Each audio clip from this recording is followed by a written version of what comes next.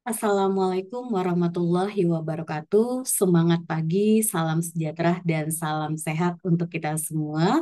Bapak, Ibu, sahabat ACT Consulting dimanapun berada. Pagi hari ini kita berjumpa kembali Bapak Ibu di acara Egg Insight di mana hari ini ditemani oleh saya Vina. Kita akan membahas topik-topik menarik terkait tentang culture. Di mana di minggu-minggu sebelumnya kita sudah membahas terkait tentang langkah-langkah terkait tentang total transformation ya. Nah, minggu terakhir kita membahas terkait tentang pentingnya pengukuran di mana terkait tentang understand the gap. Dan hari ini kita akan lanjut untuk membahas terkait tentang set the direction. Pentingnya direction yang tepat untuk arah transformasi kita ke depannya. Baik, apakah Bapak Ibu sudah siap? Kita akan mulai pembahasan di pagi hari ini. Saya akan share untuk beberapa bahan terkait tentang set the direction pagi hari ini. Semoga sudah terlihat. Ya, kita akan membahas terkait tentang lanjutan ya Bapak dan Ibu ya, di mana di culture total transformation ada 10 langkah dan ini termasuk ke dalam langkah yang keempat begitu. Di sini saya mulai terlebih dahulu dengan consulting perspektif, di mana di sini di dalam suatu organisasi pasti adanya misi, visi, dan tujuan yang akan dicapai.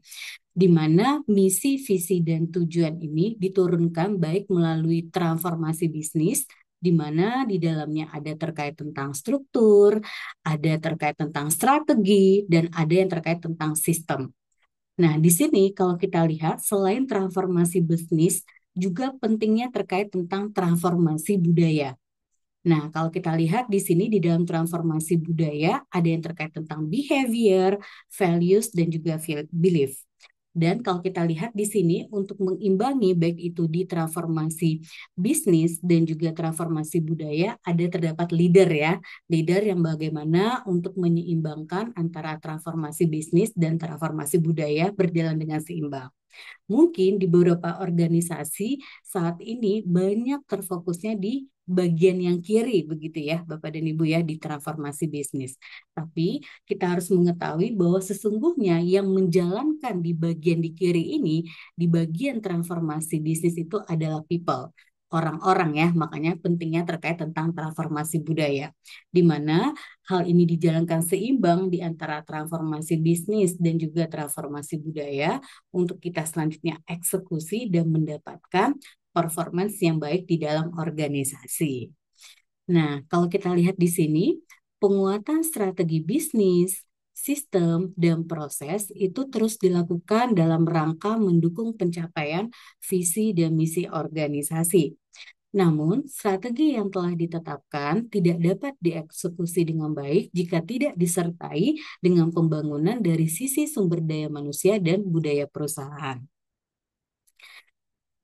Oke, di sini kita akan lebih detail lagi di sisi sebelah kanan ya Bapak dan Ibu ya terkait tentang transformasi budaya. Walaupun nanti kita akan banyak juga membahas kombinasi begitu ya antara sisi kiri dan juga sisi kanan karena terkait tentang set the direction ke depannya di dalam organisasi. Nah, kalau kita lihat di sini, proses transformasi budaya itu mengacu kepada tahapan atau langkah-langkah yang dilakukan oleh sebuah organisasi untuk membentuk keyakinan, yakni ada belief di sini, dan nilai-nilai yang dianggap penting, values, nilai-nilai organisasi, sehingga terefleksi dalam perilaku ya, atau behavior. Nah, kumpulan dari perilaku semua anggota organisasi itulah yang kemudian membentuk budaya atau kita biasa sebut dengan culture gitu ya, Bapak dan Ibu. Nah, kalau kita lihat di sini terkait tentang culture transformation di mana Consulting mempunyai pendekatan ya dikenal dengan 10 step of culture transformation di mana di minggu-minggu sebelumnya Bapak dan Ibu kita sudah membahas secara detail juga, mulai dari tahap pertama terkait tentang find the big why, lalu tahapan kedua terkait tentang personal transformation program, dan minggu lalu itu sudah dibahas tentang pentingnya ya kita memahami antara gap antara kondisi saat ini dan kondisi yang diharapkan ke depannya yang kita sebut dengan understand the gap. Nah, setelah kita tahu bagaimana kondisi atau keadaan ataupun potret dari organisasi saat ini, kita lanjut untuk membahas terkait tentang set the direction, begitu ya. Menyamakan persepsi dan menumbuhkan komitmen para pimpinan di sini untuk menyukseskan implementasi program. Mau kita lihat arah organisasi ke depannya seperti apa? Terkait tentang culture roadmap-nya seperti apa, arah organisasi, baik itu misi, visi, dan apa yang ingin dicapai dalam beberapa tahun ke depan. Nah, itu yang akan kita bahas lebih detail hari ini, Bapak dan Ibu, terkait tentang set the direction. Di sini saya mulai sedikit terkait tentang culture web model, di mana kalau kita lihat tadi the direction itu terdapat di culture web model yang mana, begitu ya. Nah, kalau kita lihat di dalam culture web model dari Johnson dan Scholars, di sini kita lihat ada beberapa hal ya yang penting dalam membentuk culture itu sendiri. Mulai terkait tentang story, lalu terkait tentang simbol, terkait tentang ritual dan rutin, lalu terkait tentang power structure, lalu terkait tentang organizational structure, dan juga terkait tentang kontrol. Nah, kalau kita lihat di sini dimulai dengan story begitu ya, ada beberapa pertanyaan yang bisa kita ajukan begitu ya. Misalkan di sini terkait tentang peristiwa masa lalu apa yang dibicarakan orang di dalam dan di luar organisasi, baik itu tentang keberhasilan ataupun kegagalan yang ada di organisasi. Lalu terkait tentang simbol di setiap organisasi ya, misalkan terkait tentang logo, lalu bagaimana bentuk kantornya, lalu pakaiannya, begitu ya, itu melambangkan terkait tentang simbol. Lalu di sini tentang perilaku dan aturan yang menandakan pentingnya ada ritual, ada rutinitas begitu ya. Jadi apa yang seharusnya terjadi dalam situasi tertentu dan apa yang dianggap berharga oleh manajemen.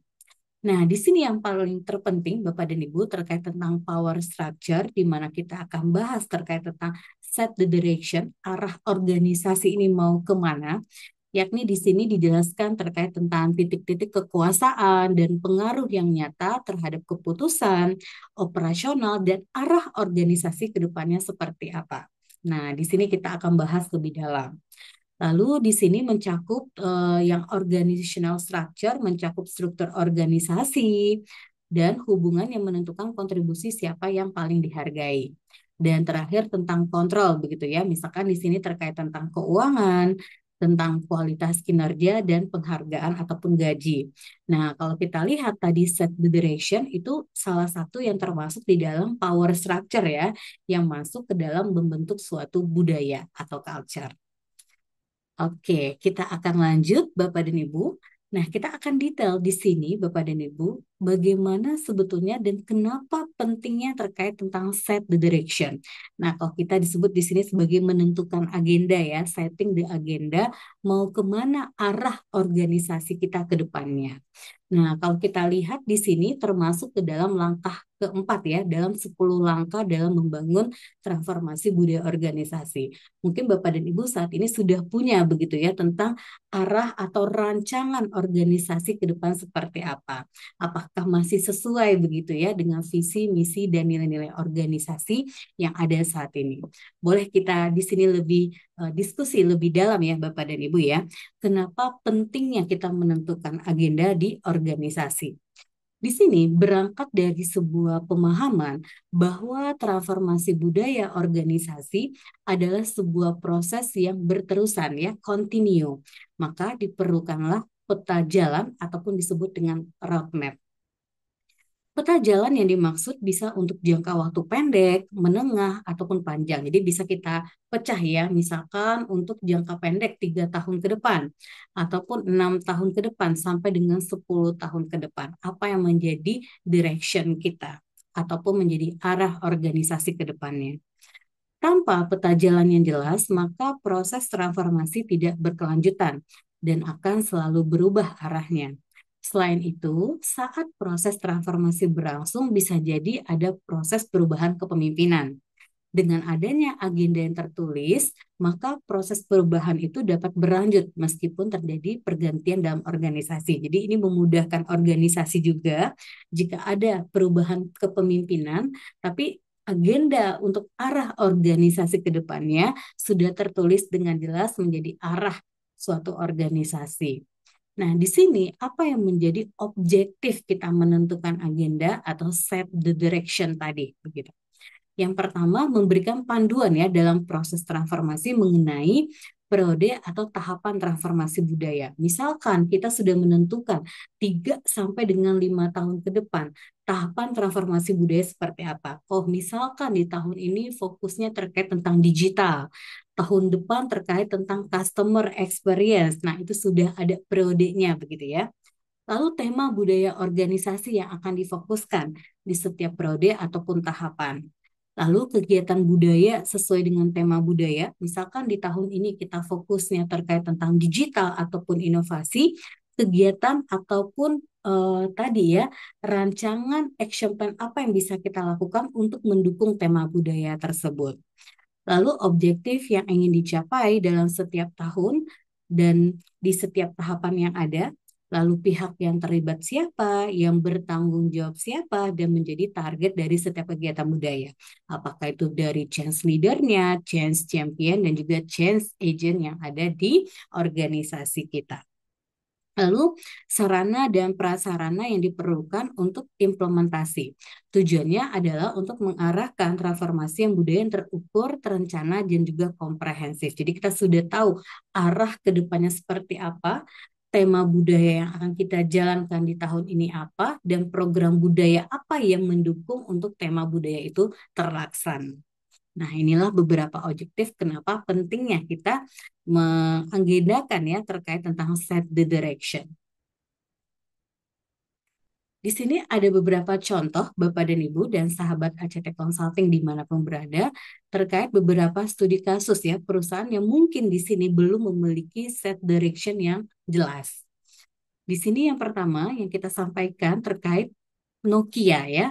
Mungkin Bapak Ibu pernah tahu terkait tentang Nokia. Di sini kalau kita lihat ada yang terkait tentang kebingungan ya dan ketidakjelasan arah.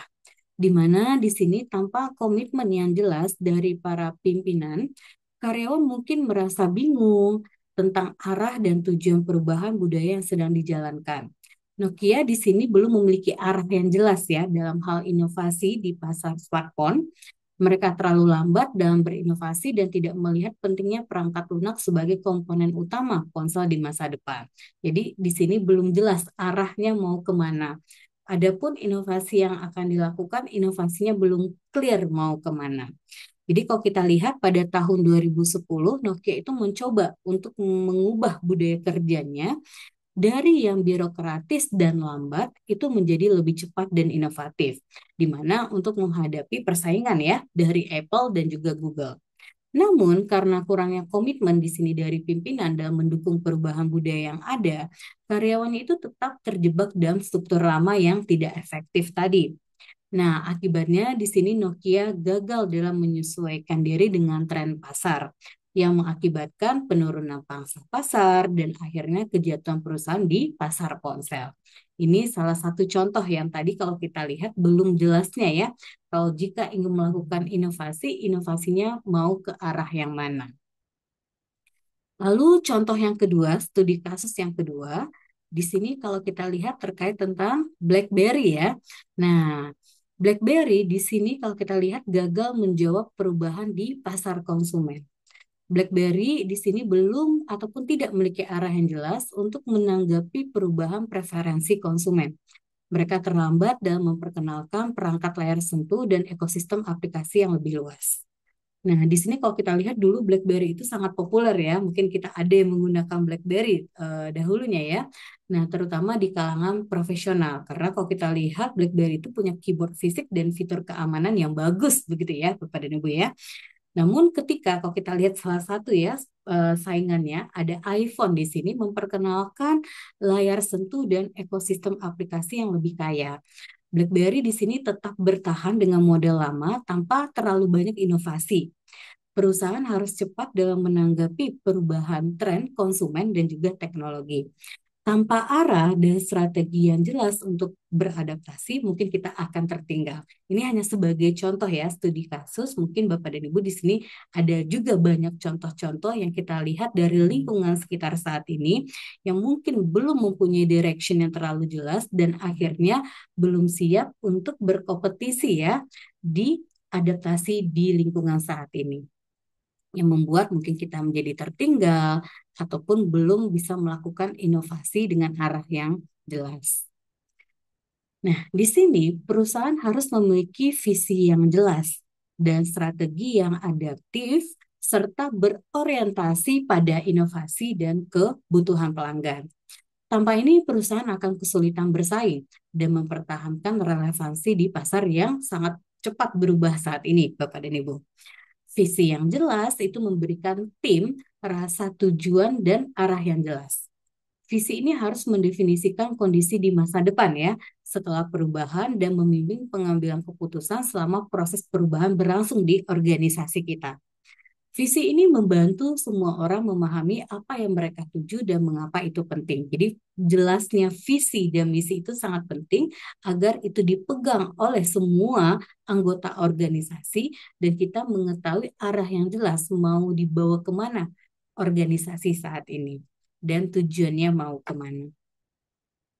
Nah, di sini kita sedikit akan diskusi ya Bapak dan Ibu ya terkait bagaimana untuk merancang tadi terkait tentang visi, terkait tentang misi, lalu terkait tentang roadmap beberapa tahun ke depan, baik pun terkait tentang culture roadmap yang mendukung di mana program-program budaya saat ini untuk pencapaian di mana tema budaya yang sudah kita rancang ya dalam beberapa tahun ke depan. Nah, kalau kita lihat di sini, apakah organisasi kita sudah mempunyai misi ya?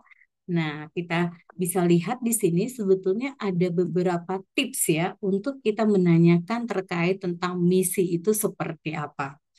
Ada 4 pertanyaan ya yang terpenting ya terkait tentang misi nih Bapak dan Ibu. Nah, kalau kita lihat di sini dalam mendevelop ya terkait tentang mission statement, ada 4 hal penting yang harus ditanyakan. Yang pertama terkait tentang what are you? Siapakah Anda atau siapakah perusahaan Anda saat ini? Yang kedua, apa yang menjadi tujuan organisasi ataupun perusahaan Anda saat ini? Jadi, untuk menjawab hal-hal yang terkait tentang misi, harus terkait tentang 4 statement ini. Siapakah Anda ataupun siapa organisasi perusahaan Anda saat ini? Apa yang menjadi tujuan? Lalu yang ketiga, apa yang menjadi main responsibility, tanggung jawab utama dari organisasi atau perusahaan Anda? Dan yang keempat, what do you promote or what is your main objective? Jadi apa yang menjadi objektif utama dari organisasi saat ini?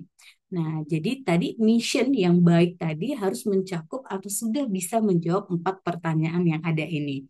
Nah, kita boleh nanti diskusi ya Bapak dan Ibu, apakah misi yang sudah dipunyai oleh organisasi kita saat ini sudah mencakup di 4 hal ini. Lalu kita masuk terkait tentang vision, Bapak dan Ibu. Tadi ada misi, nanti ada terkait tentang roadmap juga, bagaimana kita merancang roadmapnya beberapa tahun ke depan untuk pencapaian tadi visi misi organisasi kita. Nah, di sini ada beberapa kriteria Bapak dan Ibu terkait tentang vision statement. Tadi ada 4 hal penting terkait tentang mission, dan ini ada 4 kriteria penting juga terkait tentang vision Bapak dan Ibu. Pertama, haruslah terkait tentang visi itu realistik ya, berdasarkan based in reality, meaningful ya terhadap organisasi kita. Lalu yang kedua, kredibel, di mana harus terpercaya begitu ya. Jadi setelah tadi realistik, haruslah kredibel terkait tentang visi yang akan kita capai ke depannya. Lalu atraktif. Atraktif di sini maksudnya kita melihat bahwa visi yang kita punya itu menginspire ya, dan juga memotivasi orang-orang yang ada di organisasi untuk menjadi bagian kita, bagian untuk mencapai masa depan yang akan kita capai di organisasi. Itu atraktif. Dan future. Nah, kata kuncinya di sini, where you want to be in the future.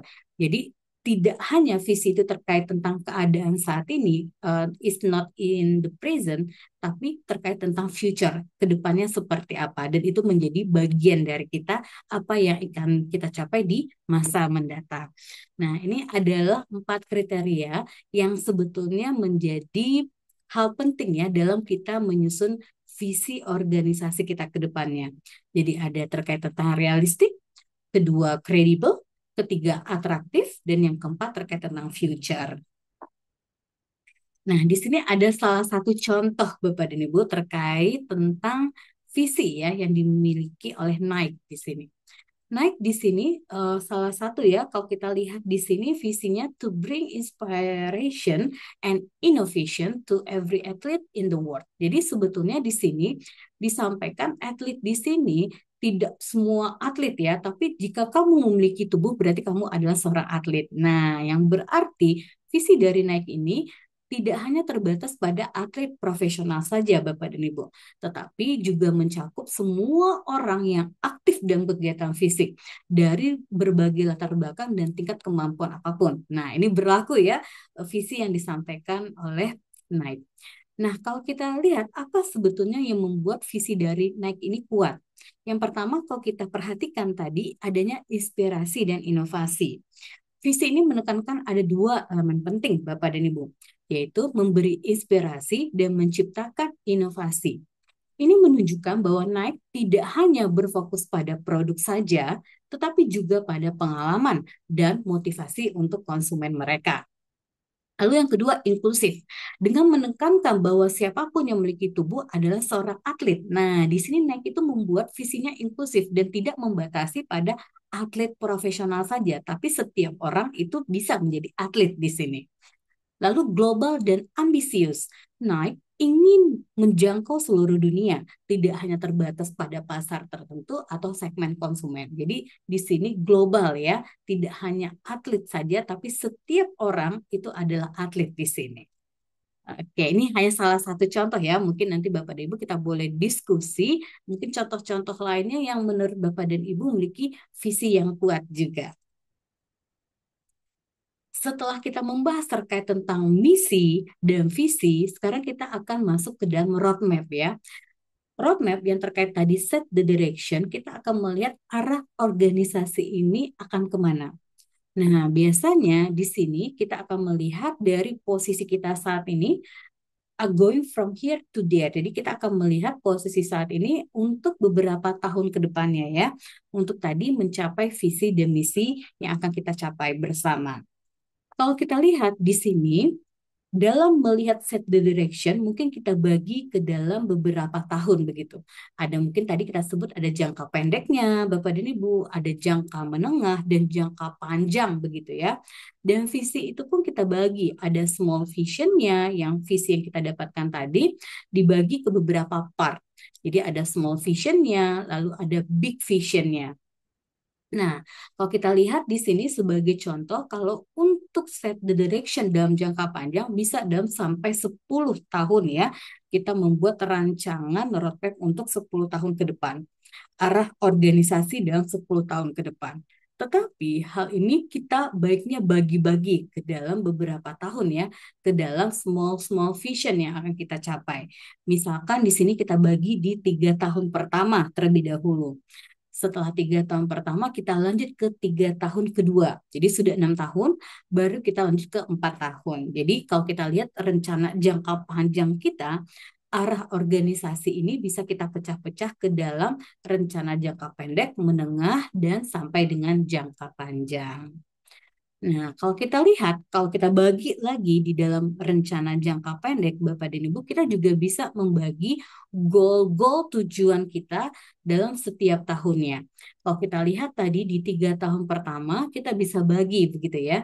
Di tahun pertama, apa yang menjadi fokus dan tujuan organisasi. Di tahun kedua sampai dengan tahun ketiga. Jadi kalau kita lihat di sini, goal pertama ditambahkan dengan goal kedua, ditambahkan dengan goal ketiga untuk tadi mencapai small vision kita. Nah, di sini sebetulnya yang 3 tahun ini kalau kita bagi-bagi, begitu juga di 3 tahun kedua, sampai tadi di dalam jangka panjang ya, 4 tahun, sehingga kalau kita total semuanya rencana jangka panjang kita 10 tahun ke depan. Begitu juga dalam membuat tadi ya, terkait tentang misalkan culture roadmap dalam 3 sampai dengan 5 tahun ke depan. Apa yang menjadi fokus organisasi saat ini di setiap tahunnya dan program-program budaya apa yang mendukung untuk tercapainya tema budaya di setiap tahunnya. Jadi untuk memudahkan kita itu bisa dipecah-pecah ya sampai tadi small vision tadi dapat tercapai, small vision kedua dapat tercapai sampai dengan tadi big vision kita tercapai untuk jangka panjang. Nah, inilah beberapa hal yang bisa kita diskusikan hari ini Bapak dan Ibu. Mulai tadi tips-tips dalam membuat misi, lalu terkait tentang merancang visi juga, dan terkait tentang roadmap. Ya, semoga pembahasan kita hari ini, Bapak dan Ibu, terkait tentang set the direction ataupun kita sebut menentukan agenda ya, baik itu jangka pendek, menengah, dan juga panjang dapat bermanfaat dan mendapatkan insight-insight baru yang dapat kita implementasikan di organisasi kita saat ini. Jadi terkait tentang tadi misi, visi, terkait tentang values juga, apakah misi, visi, dan nilai-nilai kita yang kita gunakan saat ini masih relevan begitu ya dengan keadaan organisasi saat ini, ataupun kita perlu meredefining dia lagi agar bisa sesuai dengan kondisi organisasi dan pergerakan zaman saat ini. Lalu tadi terkait tentang company direction atau strategic planning. Nah, inilah dua hal sebetulnya yang kita diskusikan lebih dalam hari ini. Semoga mendapatkan insight dan mendapatkan hal baru yang dapat kita implementasikan di organisasi kita. Baik, Bapak dan Ibu, kita akan bertemu kembali di minggu depan, di mana kita akan lanjut di tahap selanjutnya terkait tentang membantu tim perubahan ya, dalam membuat agenda-agenda perubahan, karena kita sudah tahu set the direction-nya kemana, tema-tema budaya yang akan kita jalankan seperti apa. Nah, selanjutnya kita akan detailkan ke dalam agenda perubahan yang akan dieksekusi, baik itu dari change leader, change champion, dan juga change agent. Baik, Bapak dan Ibu, sampai jumpa di minggu depan untuk pembahasan kita selanjutnya. Saya akhiri untuk diskusi kita hari ini. Assalamualaikum warahmatullahi wabarakatuh. Sampai jumpa, Bapak dan Ibu.